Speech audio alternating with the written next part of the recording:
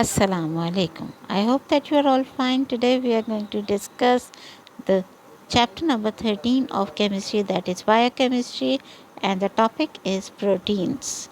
What are proteins?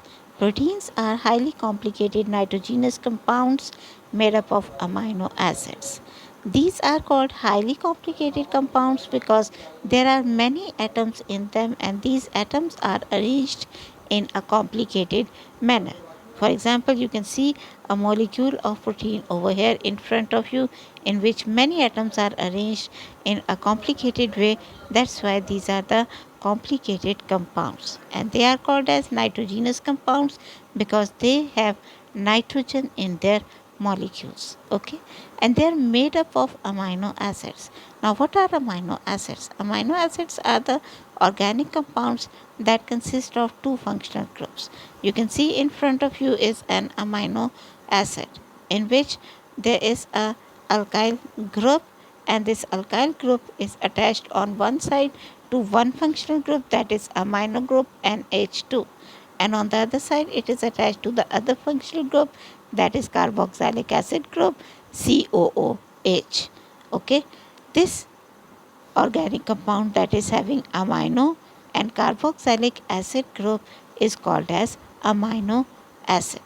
Now, in proteins, many amino acids link with each other and they give rise to a larger molecule of protein.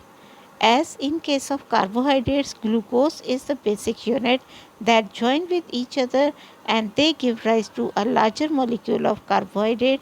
In the same way, amino acids are the basic unit of protein.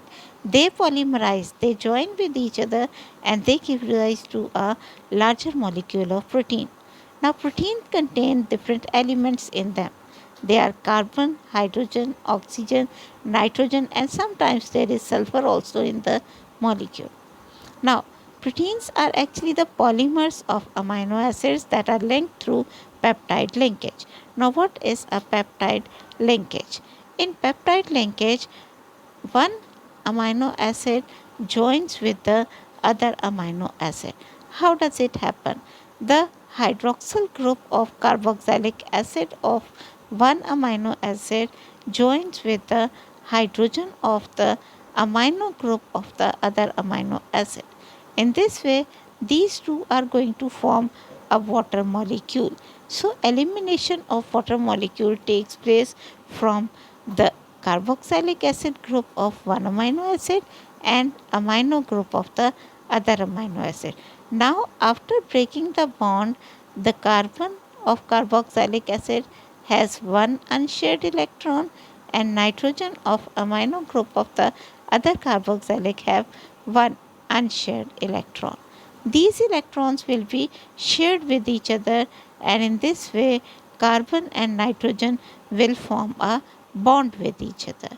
This bond is called as peptide linkage. In this way, one amino acid will be linked to the other amino acid through a peptide linkage. So, many amino acids join in this way with each other and they give rise to a protein molecule. There may be more than 10,000 amino acids in a protein molecule. Okay. Now, when proteins will hydrolyze means when they will react with water, they will break down and they will give rise to amino acids. Okay, a reverse process of peptide linkage will take place. This protein molecule is going to break down. It will react with water. This bond will break down and two amino acids will be produced. Got it? This process is called as hydrolysis.